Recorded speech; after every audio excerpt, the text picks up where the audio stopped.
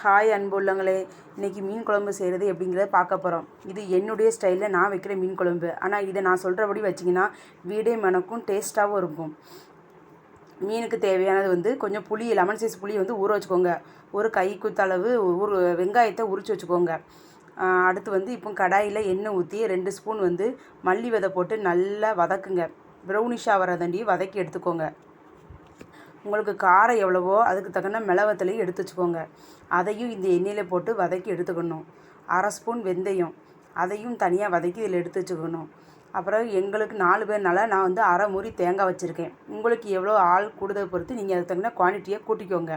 அரை மூடி தேங்காவை கட் பண்ணி மிக்சியில் போட்டு வச்சுருக்கேன். இந்த வதக்குனது எல்லாத்தையும் போட்டு அதில் போட்டு இதை ஆற வச்சு எல்லாத்தையும் அரைச்சி எடுத்து வச்சுக்கணும்.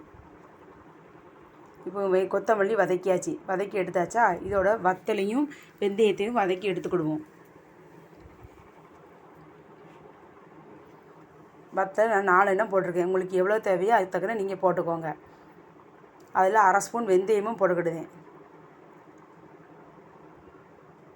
வெந்தயம் போட்டு வதக்கி எடுத்துடணும்.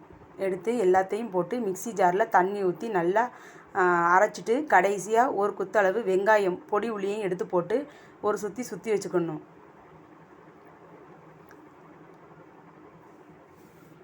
இப்போ எல்லாத்தையும் மிக்சியில் தட்டியாச்சு. வதக்குன எல்லாத்தையும் மிக்சியில் தட்டியாச்சு.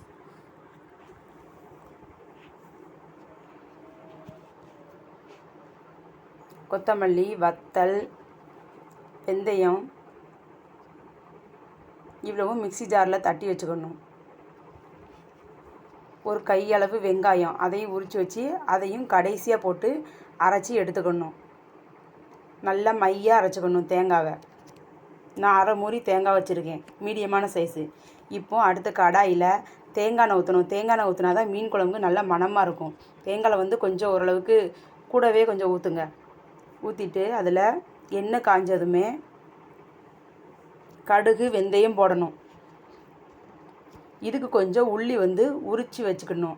உரித்து நீல வாக்கில் கட் பண்ணி வச்சுக்கணும். ஒரு 4 மிளகாய் எடுத்து வச்சுக்கணும். கொஞ்சம் கருவேப்பிலை இவ்வளோ ரெடி பண்ணி வச்சுக்கணும். லெமன் சைஸ் அளவு புளியும் ஊற போட்டு வச்சுக்கணும். இப்போ கடுகு போட்டாச்சு. எண்ணெய் காஞ்சனே கடுகு போட்டாச்சு. கடுகு போட்டோடனே வெந்தயம் 1/4 ஸ்பூன் வெந்தயம் போட்டாச்சு. இப்போ 2 வெடித்ததுமே வெங்காயம், மிளகாய், கருவேப்பிலை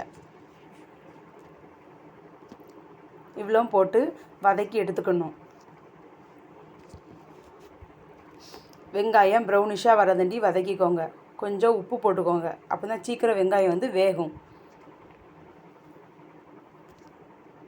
இப்போ வெங்காயம் வெந்தாச்சு. இப்போ மிக்சியில் அரைச்ச விழுது இருக்கா அதையும் வச்சுக்கோங்க.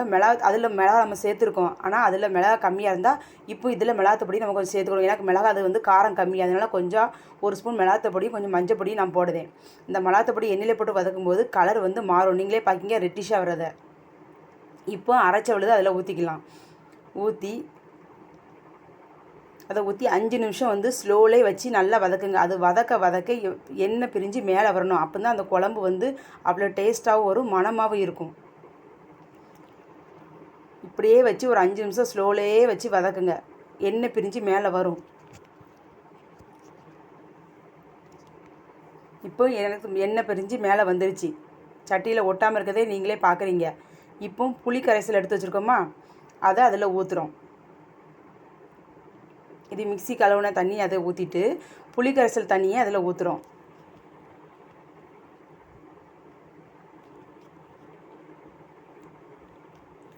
தேவையான அளவு உப்பும் போட்டுக்கோங்க.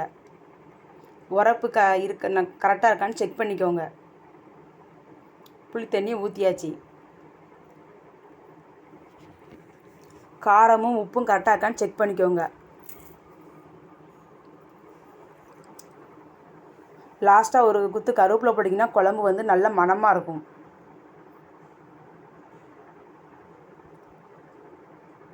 நல்லா கிண்டி விட்டுக்கோங்க. கொதி வந்ததும் நம்ம மீன் போடலாம். இப்போ நான் உப்பு போடுறேன்.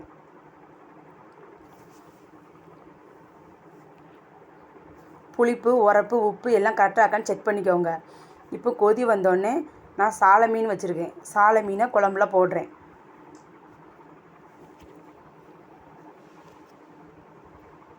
இந்த வீடியோ பிடிச்சிருந்தா திரு ரஷ்மி சேனல் லைக் பண்ணுங்கள், சப்ஸ்கிரைப் பண்ணுங்கள் ஃப்ரெண்ட்ஸ். வீடியோ ஸ்கிப் பண்ணாமல் பாருங்கள். அப்போ தான் முழு குழம்பு எப்படி செய்யுதுன்னு உங்களுக்கு தெரியும்.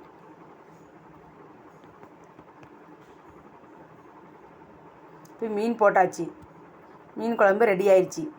கடைசியாக கருவேப்பிலையை கொஞ்சம் போடுவோம். அவ்வளோதான் ஃப்ரெண்ட்ஸ், மீன் குழம்பு ரெடி. Thank you friends.